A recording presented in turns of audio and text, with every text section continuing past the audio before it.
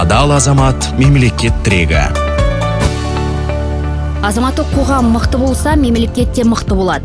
Азаматтық қоғамның дамуы билік пен қоғамдық ұйымдардың серіктестігін күшейтіп, халықтың елдік істерге араласуына мүмкіндік береді. Ал азаматтық қоғамның үнін үкіметтік емес ұйымдар жеткізеді. 2008 жылдан бері үкіметтік емес ұйымдар саны 2,5 есе артып, 23 мыңнан асып түскен. Оның ішінде 18 мыңнан астамы белсенді жұмыс істейді. Үкіметтік емес ұйымдар экологиядан бастап азаматтардың құқықтары мен мүдделерін қорғауға дейін кең ауқымды мәселелерді қамтиды.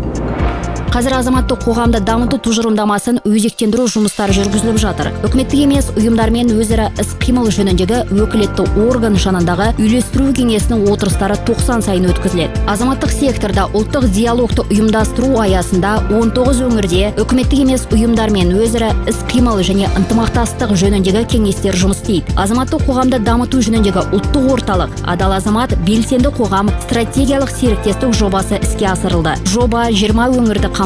Азаматтық қоғам мен жалпы елдің өзекті мәселелерін талқылау мақсатында ұстаным пікірсайыс клубы құрылды.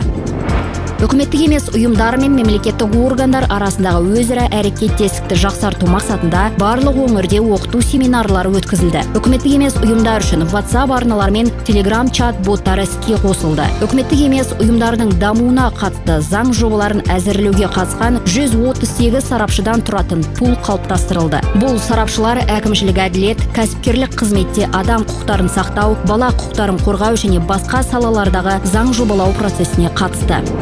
Үкіметтік емес ұйымдардың кәсіби біліктілігін арттыруға бағытталған ұзақ мерзімді жоба Үкіметтік емес ұйымдар академиясы іске асырылып жатыр. Академияның ресми сайты мен мобильді қосымшасы жасалып, оқыту платформасы ретінде жұмыс істейді. Мемлекет пен қоғам арасындағы сындарлы диалогты орнатуға ерекше көңіл бөлінеді. Бұл әлеуметтік мәселелерді бірлесе шешуге және азаматтық белсенділікті арттыруға септігін тигізеді. Бағдарлама Қазақстан Республикасы Мәдениет және ақпарат министрлігінің тапсырысы бойынша дайындалды.